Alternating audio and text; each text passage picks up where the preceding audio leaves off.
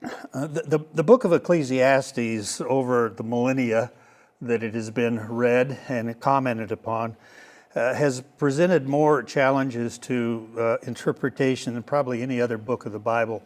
In fact, there's one scholar, J. Stafford Wright, says he calls it the black sheep of the Bible, kind of the book that you're not quite sure what to do with. Partially, it has to do with the subject matter, but perhaps even more so, it's because of the numerous misdirections in various interpretive efforts. It's like what we all too often experience, at least people in my generation, with regard to digital devices and trying to control them. You have to push the right button to get the result. And I can get to the place where I've pushed enough wrong buttons that, it's just hopeless. I have to just turn it off and start all over.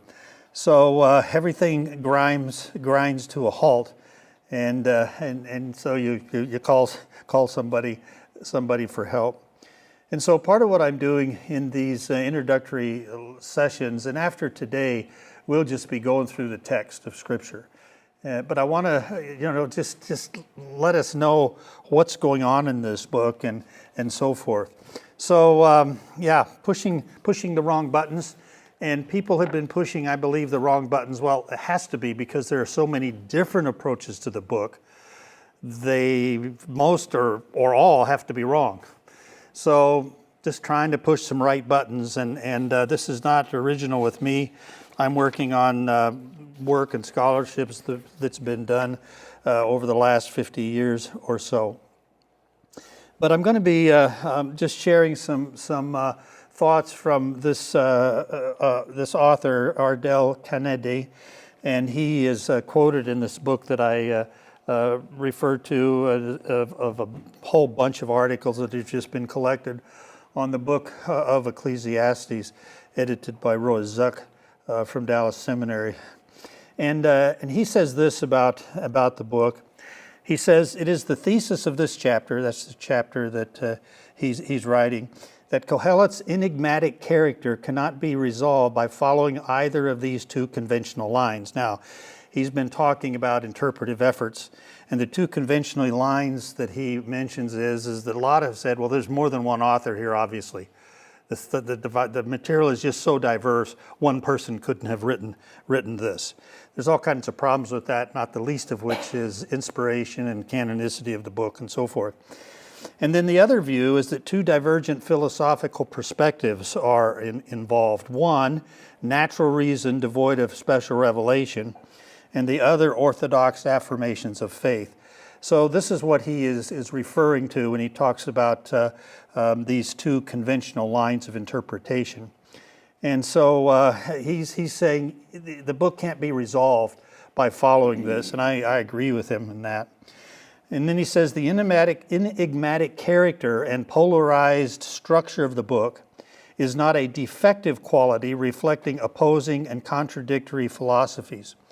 On the contrary, the book's antithetical character is a deliberate literary device set in Hebrew thought patterns designed to reflect the paradoxical and anomalous nature of the world which Kohelet observes.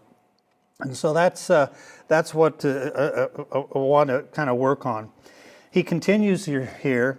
He says the structure of Kohelet remains elusive. We could have all written that paragraph, no problem there. Once its scheme is traced out, it must still be acknowledged that the progression of its argument is not readily detectable. Amen. In many respects, the book defies the Western mind that looks for clear breaks in thought around which it may be outlined. Its contours are fluid. Its boundaries are obscure. It is characterized by reiteration and recurring phrases. It is cyclical as it traverses a course around its subject, and Kohelet's subject is immense. A single gaze upon the world and upon life from a remote vantage point could never do justice to its multiform character.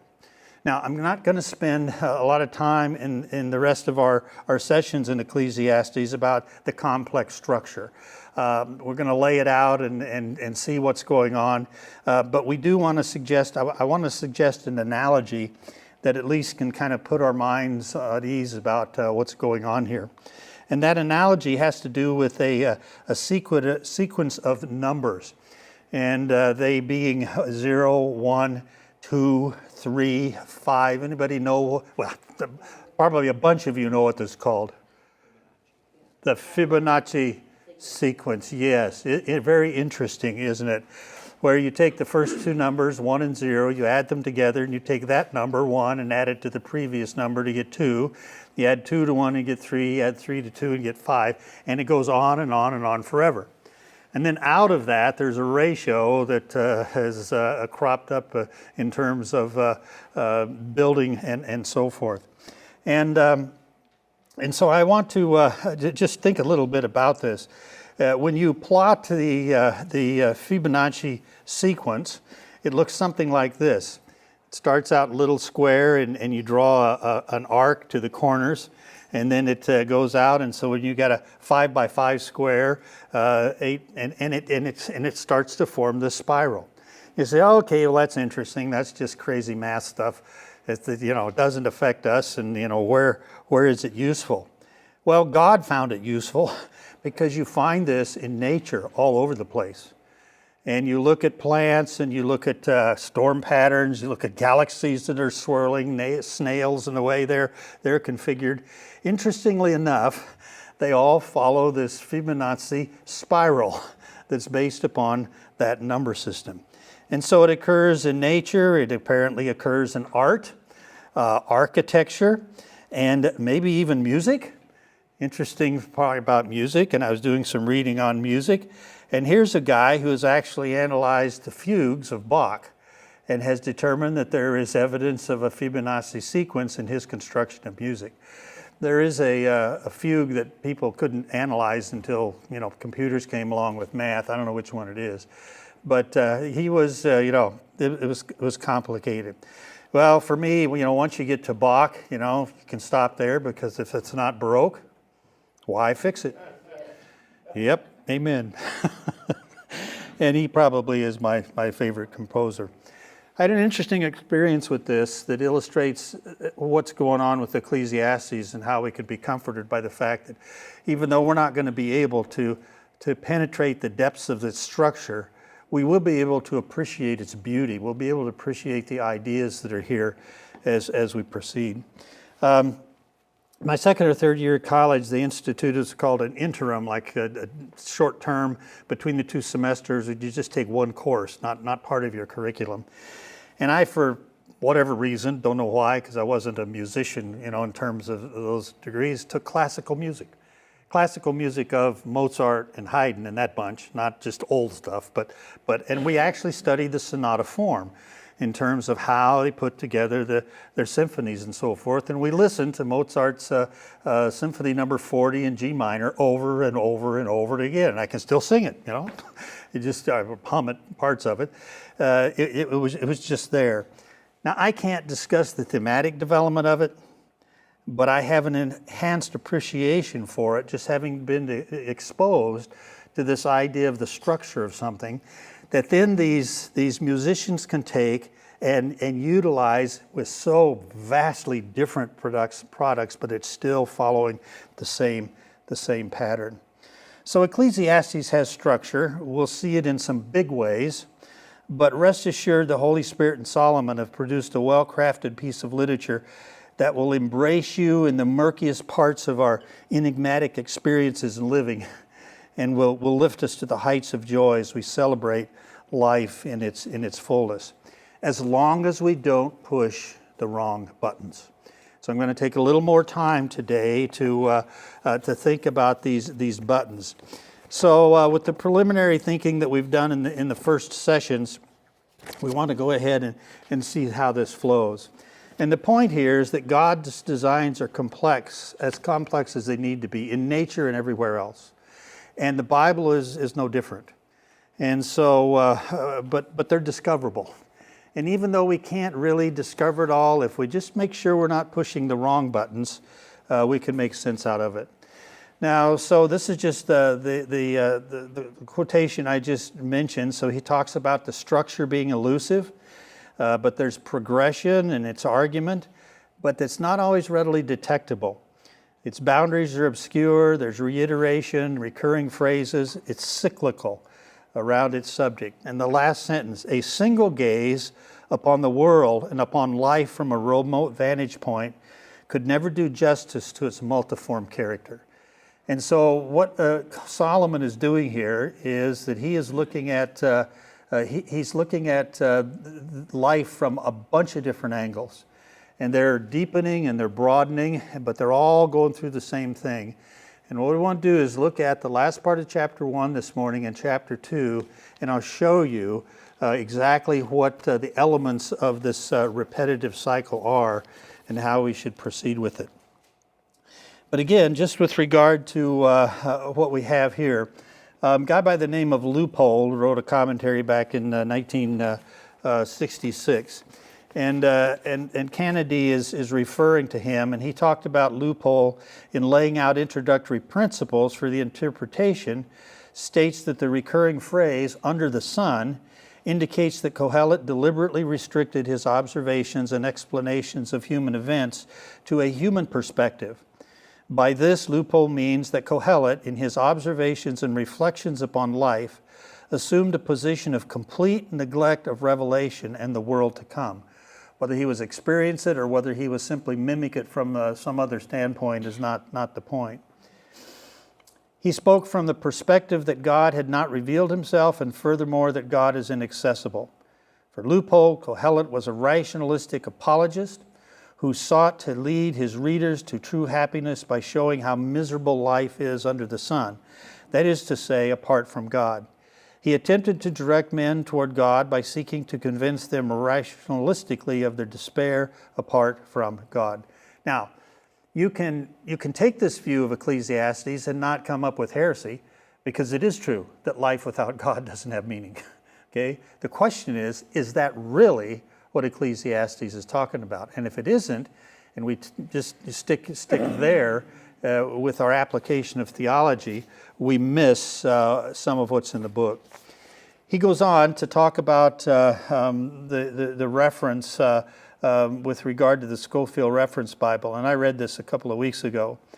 And it says, the New Scofield Reference Bible, in its introduction to this book, that Ecclesiastes is a book of man under the sun, reasoning about life. The philosophy it sets forth, which makes no claim to revelation, but which inspiration records for our instruction, represents the worldview of the wisest of men, who knew that there is a holy God and that he will bring everything into judgment. So I'm going to disagree with that, as does Kennedy when he says this. Both Loophole and the New Scofield Reference Bible have misunderstood Kohelet's use of the phrase, under the sun. He did not employ it to restrict his perspective to common ground with natural man.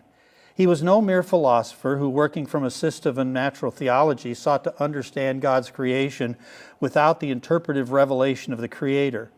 The phrase, under the sun, is not a restriction upon the manner of Kohelet's reflections, but it circumscribes the sphere of those things which he observed, in contrast to that sphere in which God's reign knows no opposition.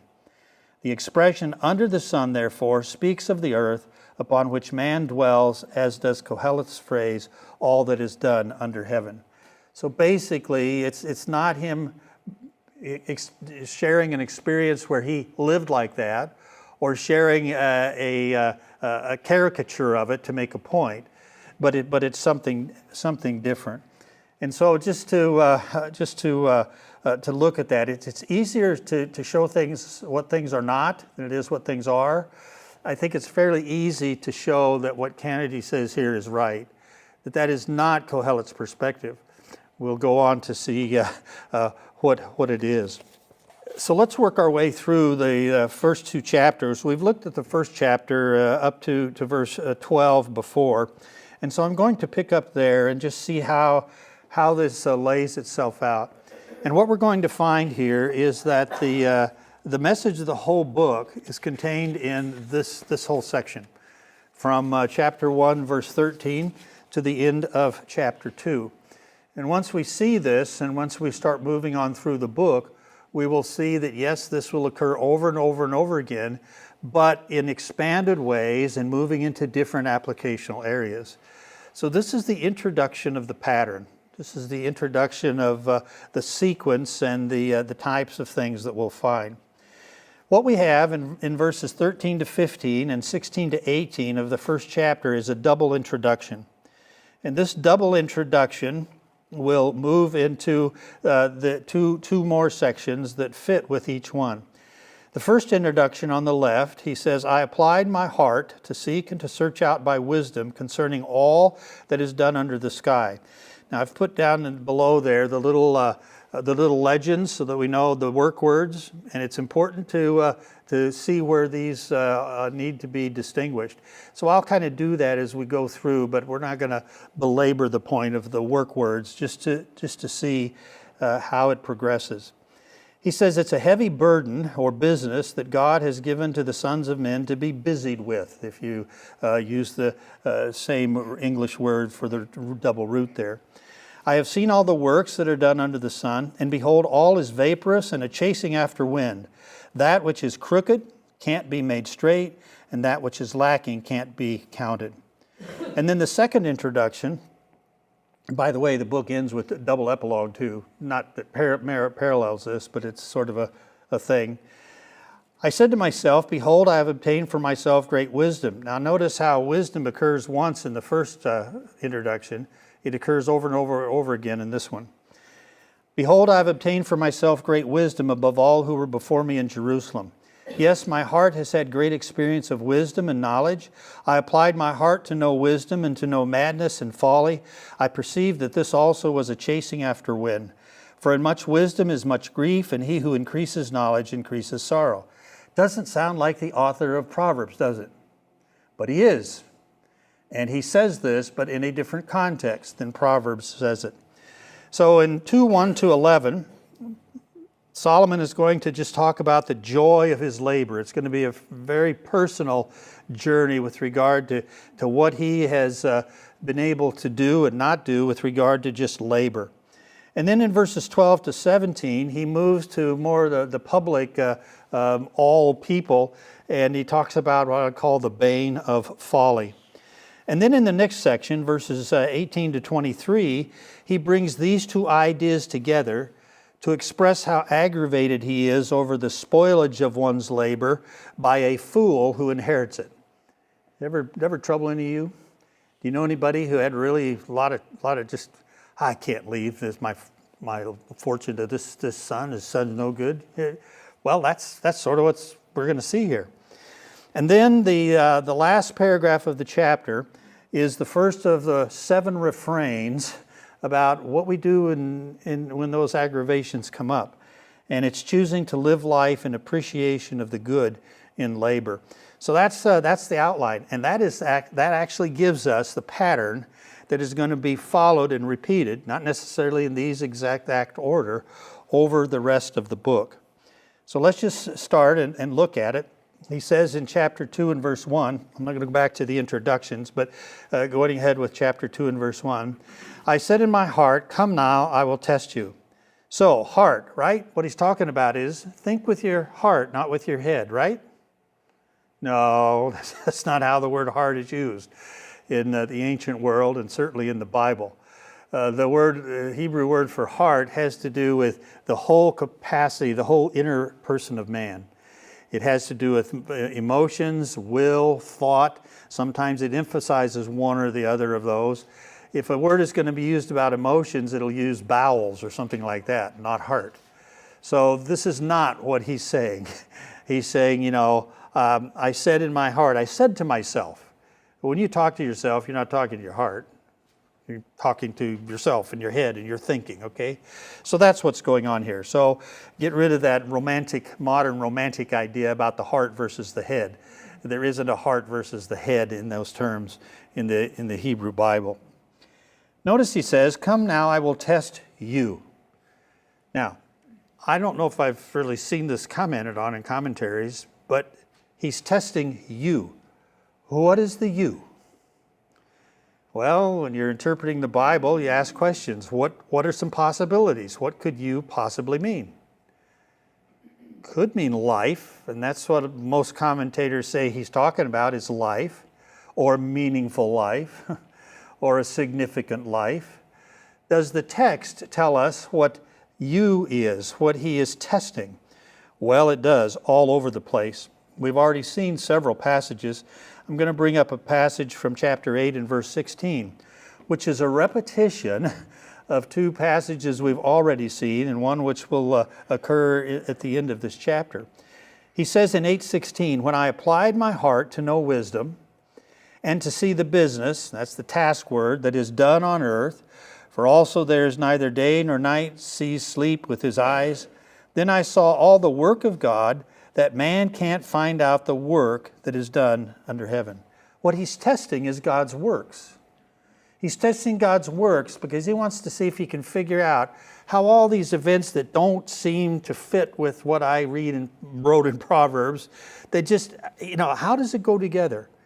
And he's going to probe various enigmas, various conflicts, various inconsistencies. Like, for instance, Proverbs says, if you live a righteous, wise life, you can expect it to be long. And the wicked die young. That's a general truth, and that generally is true. But here, he's going to talk about later on the problem with how the good die young and the wicked prolong their lives in their wickedness. Now, that's part of the work of God, in that he is providential, he is in control of all things, and he allows things and causes things and directs things, and some of them are really problematic to us.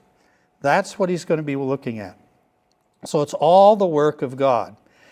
Can't find out the work that's done under the sun, however much man labors to seek it out, yet he won't find it. Yes, moreover, though a wise man thinks he can comprehend it, yet he won't be able to find it. It's the work of God. And the text clearly says that's what he's been working at. That's what he's frustrated over, is the inability to discover that. So he can't find it out. He won't find it out. Remember we looked at chapter 3, where God has set eternity in their hearts.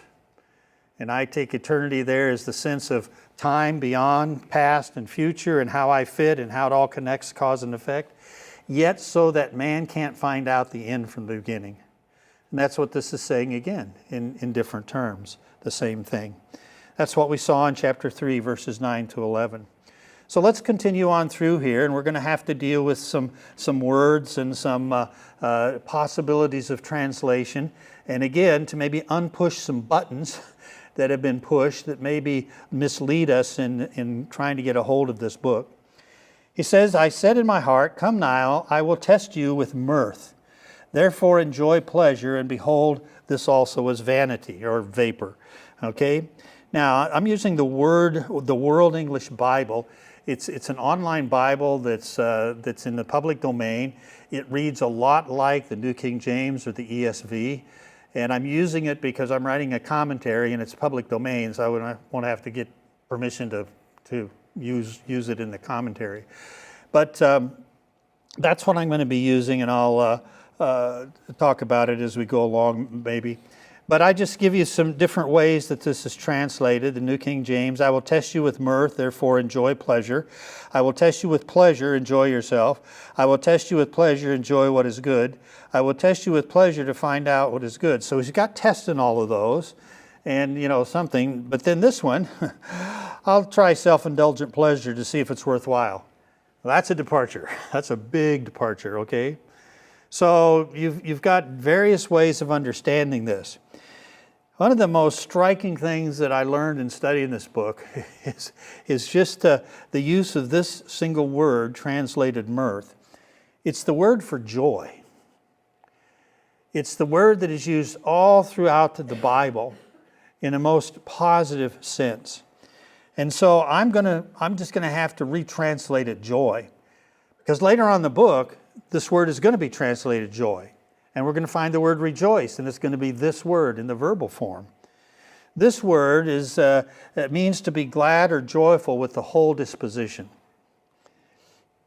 It expresses the idea of being positively exuberant over something that is appreciated as being absolutely wholesome and beneficial. God and His salvation are most frequently given as the reason for this joy. And this is the meaning in all of its uses in the Old Testament, including the 17 times it occurs in Ecclesiastes. You'll notice that I've titled this series An Ode to Joy for When Life Sings Off Key. This book is an ode to joy. And it is the greatest expression of joy in the midst of difficulty, in the midst of quandary, in the midst of a world that just isn't operating in harmony that there has ever been. And it's repeated over and over and over again. So as we encounter this, and you can see just changing that changes the whole flavor of that verse, doesn't it? Because when you talk about in terms of pleasure, you think of hedonism. You think of just the immediate experience for the moment. That's not what this word means. And you can check it out and do a word study on it. It's consistently what it means elsewhere, and there's no reason not to take it that way here unless the wrong button has been pushed. Now, we've looked at this, and what we're doing here, what I do in process is, you kind of have a guess about what this whole thing is about, whatever you're reading, whether it's a paragraph or so forth. And then you look at all the statements in there and you say, do they all fit with that guess about what this is all about? You might say, well, 2 or 3 don't, okay? So if you read the book and you read pleasure and you immediately think of hedonism, and then you read on a little farther and you say, well, this doesn't sound like hedonism. What are you going to do? You're going to readjust what your main idea was, or you're going to see, do you read the part differently? Is there a different way to take the language and understand it? And that's what we're doing. That's what we're doing all the way through this book. So you have to take it all together. You can't just pick the statements that support the view that he's talking about a rationalist from a non-revelation standpoint. You can find all kinds of verses that you can read that way, but do they read that way naturally with and in harmony with everything around them? And that's what I've been concerned to work about. So the basic structure that go into Ecclesiastes. The next phrase, interesting too. Come now, I will test you with joy, so enjoy yourself. Well, again, that can have just a very namby-pamby, go out and have fun. Do what feels good, all right? That's not what the book is talking about. Literally it says, look upon the good. It doesn't use the same word for enjoy, so you can't say pleasure, enjoy, or joy and enjoy. Look upon the good. And it's the idea of considering something with your mind, and we do that. You know, we get ads for health, we get ads for all kinds of things. You have to think, let's see, would that be good for me? Would that be good to do? Would it really be good and appropriate? Would I benefit from being involved in this? And, that's the kind of idea here. So Solomon will see if living his personal life to the God-honoring fullness will benefit him in understanding the whole work of God. So you've got to remember what his big task is. His big task is not how to find a meaningful and significant life. He wrote Proverbs. He knows what a meaningful and significant life is. It's to live according to wisdom and not according to being a fool. Okay? He has no question with what a significant and valuable life is. But what he says he's looking at is this whole thing of the works of God. But it won't. That even joy and looking upon the good is still vaporous. So you see, we'll find this statement with something that's vaporous, even in very positive things. We say there's nothing wrong with that. In fact, he's going to say this is good, but it's vaporous. Good in what sense? Vaporous in what sense? Two different things, and we'll see how that works itself out. So he said, I've said, come now, I will test you. I will test you. And what I'm going to test is the workings of God. I think that's what the you is. And so what we're going to find here in this part of the book are 3 tests. In verses 2 to 11, he's going to talk about the joy of personal accomplishment. And then he's going to talk in 2:17 about death's obscuring of wisdom. And in 18 to 23, he's going to talk about the uncertain legacy of one's labor. And we're just going to work through those and see how that works itself out. So, just an overview of a statement of 1 to 11. His positive enjoyment of life's experience and accomplishments, while rewarding in and of itself, does not aid in grasping the whole of God's plans and purposes. And, we talked about when it opens the book, it says he's the king in Jerusalem. And that means he's got the wherewithal to work in every conceivable area to find fulfillment, to find joy, to find, a meaning in details. And so that's what he's going to do.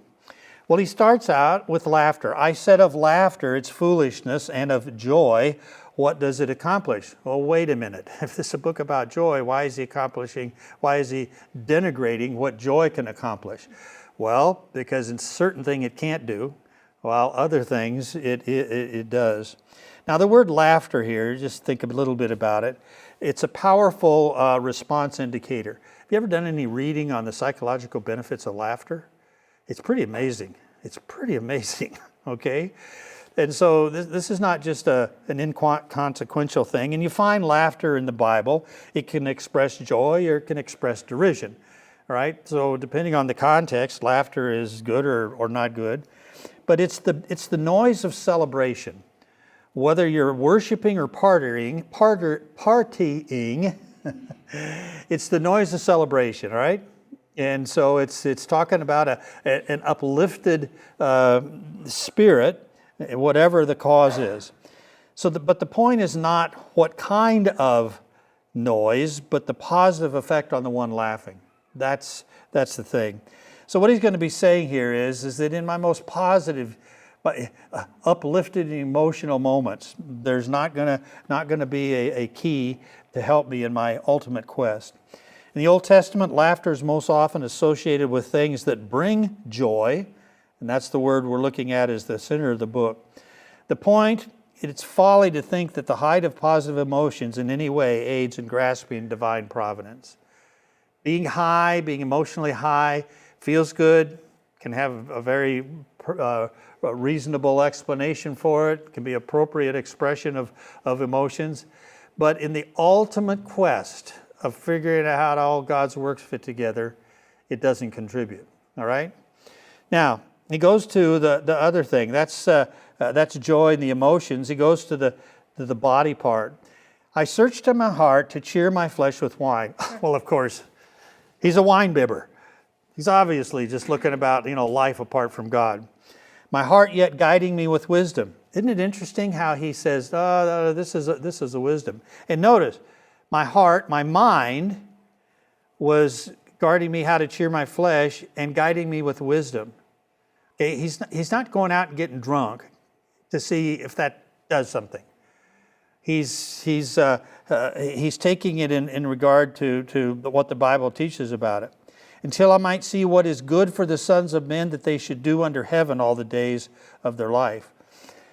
Just as laughter is to our emotions, so wine focuses on what puts us in a more positive condition through our bodies. All right?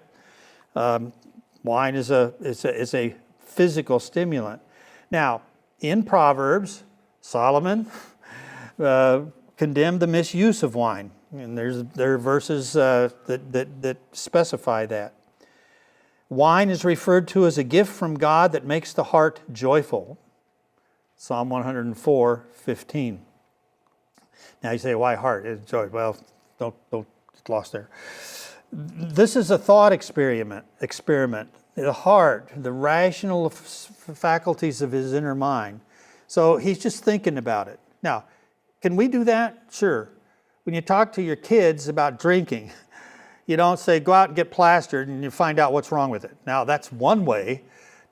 That's one way to find out, the problems with the abuse of alcohol or drugs or anything else. But there are other ways, too. Think about it. Look at what other people are doing. They're going to do this and do this, can you afford this, So this doesn't have to be a statement that he's become a drunkard in order to discover if that gives him a meaningful life. He already knows that doesn't work, and he doesn't need to tell anybody that in his readership. So Solomon is exploring through this divinely intended and allowable use of wine, whether its positive effects on the body could guide him in knowing the best way to believe as it relates to divine providence. So we're not talking about whether it's right to drink wine in our culture and so forth. Just in the Bible, this is how wine is presented. And there is a misuse of it. There is a positive use of it. None of those are going to help Solomon. And that's not what he's talking about. But he's just talking about, okay, from an experiential standpoint, I can be heightened in my emotions and my physical well-being, but that doesn't help me in the ultimate problem I'm dealing with. Well, he goes on in verse 2. I made myself great works. I built myself houses. I planted myself vineyards. I made myself gardens and parks, and I planted trees in them and all kinds of fruit. I made myself pools of water to water from it the forest where trees were reared. Now notice how he keeps putting a verb in there of doing, of action. Why? Well, he wants to know about the works, the doings of God. So he's going to be a doer. He's going to be a worker. And to the extent that he is possible as the king, and that's a great extent, he was a prodigious doer of all kinds of things. I bought men servants and maid servants and had servants born in my house. Well, we can write him off. If you got servants, you cancel. Not the same as slaves in modern times. The point is, he had great possessions of herds and flocks above all who were before me in Jerusalem. I also gathered silver and gold for myself and the treasure of kings and of the provinces. I got myself men singers and women singers and the delights of the sons of men. And those delights, and according to this version, are musical instruments and of all that sorts. Interesting thing here, this is the only time this word occurs in the Bible, and there it is. It's in a form that says the ultimate of something. Everybody know what that means? You're good company. There are no Hebrew scholars that do either. It occurs here, and nobody knows what it means. So here's what you'll find in various translations. Coffers and coffers of them, male butler and female cupbearers, wine cups and wine vessels, concubines. Just throw it in there. We don't know what the word means. All we know is it's some exquisite delight that he obtained. All right? So again, there's something where a button can get pushed. And I once had a person tell me that Solomon was not writing as a wise, upstanding, moral person here because he celebrated his collection of concubines. Well, the main problem with that is you don't know what this word means. So, you're going on some interpreter's guess, some translator's guess, and, just not the point. So the point is that he's just done everything, and he's done it to the nth degree. Some of you are woodworkers, some of you are gardeners, some of you write, some of you paint, some of you do other things manually. We all live in very creative ways.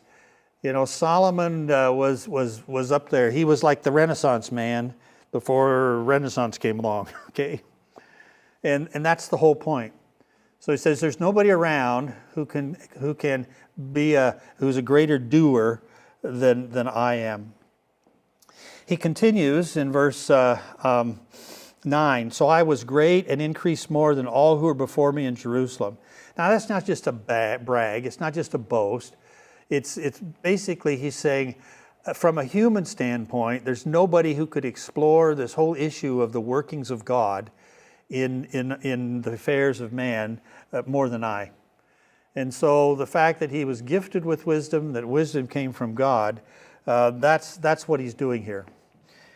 My wisdom also remained with me. Notice how he keeps dropping that in. This is the whole thing, an exploration by a wise man out of a life of wisdom around the ideals of wisdom. And he emphasizes that through the whole book.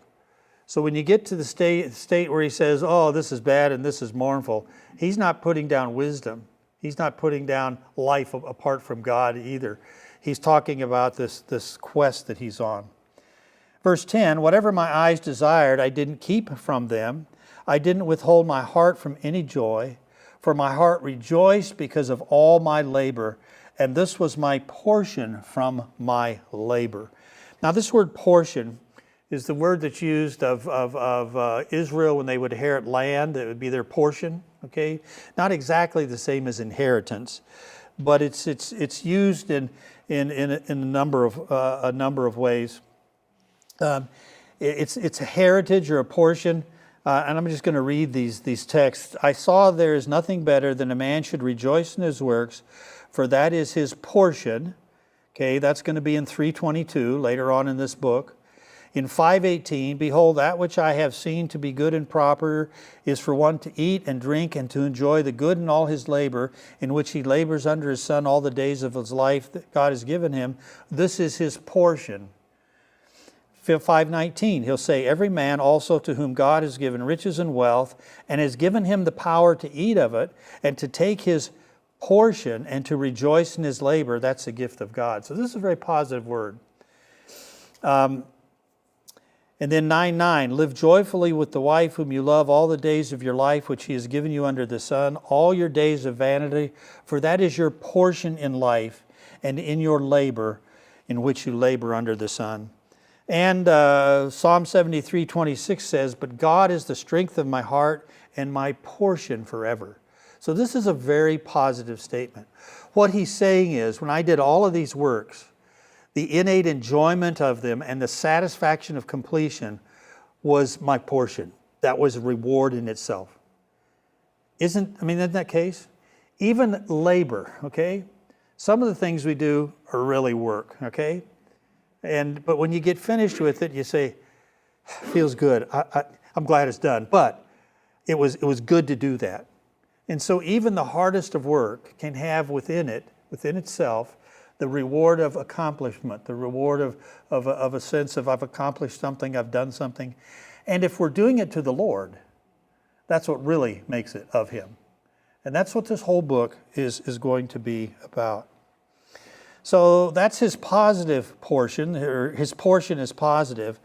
But then he says, then I looked at all my works that my hands had worked, and at the labor that I had labored to do, and behold, all was vapor and chasing after wind, and there was no profit under the sun. Now, where do we first run into that word profit? The first 3 verses of the book, and he talks about vapor, and it's a metaphor, and the metaphor is profiting from, there's no gain in trying to understand the providence of God. See what he's doing? So now he makes a very negative statement right away about something that is just said very positively, but it's in respect to something else. So you work as hard as you can. You spend your life doing things and building things and helping people, and you become a full person. And you get to the end, and that's satisfying. It's a satisfying experience. And that's a positive portion. But it doesn't help you understand all the workings of God. See the difference? And so that's why we find it's a cycle. It's back and forth and back and forth, and cycle. It's going back and forth as it goes on a cycle. This is the whole book. But once you get those two elements in mind, the book works, and it doesn't confuse us. All right. So he's going to be back and forth like this the whole time. So that's 2:1 to 11, his personal experience. Now in 2:12 to 17, he's going to investigate something further. He says, I turn myself to consider wisdom, madness, and folly. For what can the king's successor do? Just what has already been done long ago. Then I saw that wisdom excels folly as light excels darkness. Now, the word excels is the word which had been translated profit. Same word, okay? So here he says, wisdom profits over folly, as light is profitable over darkness. So here's something that is profitable. So the whole book is not about no profit. The whole book is about no profit with regard to understanding the providential workings of God. But boy, there's a lot of profit in other areas. And we see that right here. The wise man's eyes are in his head, and the fool walks in darkness, and yet I perceive that one event happens to them all. Then I said in my heart, as it happens to the fool, so it will happen even to me. And why was then I more wise? Now, is he really questioning that he should never have lived as a wise man? No, just in the one regard. No matter how wise I am, I'm not going to learn all the secrets of God's workings. Okay? For of the wise, let's see, this I said in my heart is vapor. For of the wise man, even as of the fool, there is no memory forever, seeing that in the days to come all will have been long forgotten. Indeed, the wise man must die just like the fool, so I hated life, because the work that is worked under the sun was grievous to me, for all is vanity or vapor and chasing after the wind. So what he's doing here is wisdom against folly, and probably this is the madness of folly. That's a way. Hebrews didn't have a lot of adjectives and things, so they'd put two words together and tell you, make one of these an adjective, and you can figure out which one it is. Okay, so wisdom against the madness of folly. So he talks about the king, okay? The successor of the king, what's he going to do? If he's a bad king, is he going to be a bad king? If he's a good king, is he going to be a good king or a bad king? And his answer is, same old, you don't know. You don't know. You don't know what's going to happen with the new king, with the new regime, with the new government. You don't know. You don't know. And so that's just kind of one of those things that's kind of left up in life. The truth here, wisdom excels folly, light excels darkness, a wise man walks in light, the fool walks in darkness. That's true, and that's always at work. And then he says, wise and fool die alike. There's no memorial to their character. That's the point. The point here is there's no memory. So Kohelet finds this blurring of wisdom and foolishness by death to be extreme and disagreeable. I think the idea here is that, you walk around in the cemetery and you look at headstones and you look at epitaphs. Sometimes they're epitaphs that say something about the person. Sometimes they're just a name and a date of birth and death and nothing else. And God is commanding wisdom, and He's condemning foolishness, and He's calling people to live as wise and saying, don't live as foolish. But when they die, they don't leave in memorial to either one. You see, if you went through the cemetery and every gravestone had a fool or wise on top of it, and there might be some lasting lesson. It's the whole idea we don't learn from history. I mean, we look back in history and we can see foolishness abounding. But why doesn't God memorialize wisdom and foolishness so that people would learn and they just wouldn't repeat the same things? I think it's the idea. And what he's saying is death just kind of equalizes the wise and the fool with regard to whatever impact they're going to have. It's kind of over. Well, that's true, isn't it? And he says, God, I could think of ways that you could have, left a memorial for wisdom or foolishness. And God would say, well, I have, and I've lived, I'm in charge of this, and I know what I'm doing. So I think that's what's going on here. And so that's the foolish part of it. So Kohelet finds this blurring of wisdom and foolishness by death to be disagreeable. So that's what we find in verses 2 to 17 is what's going on there. And then he blends these together. And he blends together the idea of all his work and then the foolishness that's in the world in this next section in 18 to 23. So he says, I hated all my labor in which I labored under the sun, seeing that I must leave it to the man who comes after me. And who knows whether he'll be a wise man or a fool. Yet he will rule over all my labor in which I've labored, in which I've shown myself wise under the sun. Boy, this is vaporous. This is like a wind. I just can't get a hold of that. Therefore I began to cause my heart to despair concerning all the labor in which I had labored under the sun. Now despair is one possible response that people will make to the problems of the providential working of God. And people got bitter over that. gotten bitter over what God allowed or what God didn't do. And you probably know people, you maybe have been in that situation at some point. And Ecclesiastes gives the antidote to despair when we just can't handle in an instant the providential workings of God. He goes on in verse 21, "For there is a man whose labor is with wisdom and knowledge and skillfulness, yet he shall leave it for his portion to a man who has not labored for it. So this also is vapor and a great evil. For what has a man of all his labor and of the striving of his heart, in which he labors under the sun? For all his days are sorrows, and his travail is grief. Yet even in the night his heart takes no rest. This is vaporous." So, remember this. Remember this question. "Whatever my eyes desired, I did not keep from them. I didn't withhold my heart from any joy, for my heart rejoiced because of all my labor, and this was my portion from all my labor." So that's in verse 10, remember? So he says, my labor was enough and I rejoiced in it. But now he's thinking about what's going to happen to his labor after he's gone, and his heir, and what his heir is going to do with it. And that's a natural human response, isn't it? Okay? Yeah. You spend all day working on, woodwork or something, or a piece of furniture, and you get it all finished, and your son comes through the garage and goes, puts a big scratch in it. "What have you done to my work?" Okay? Very, very human emotions going on here. So this is his personal experience of living. But now back in the section in 10, but here we have more the public, now my works in relation to somebody else who has something to do with my works. So this passage that we just read, "hated my labor," is speaking of Kohelet's theological task, okay?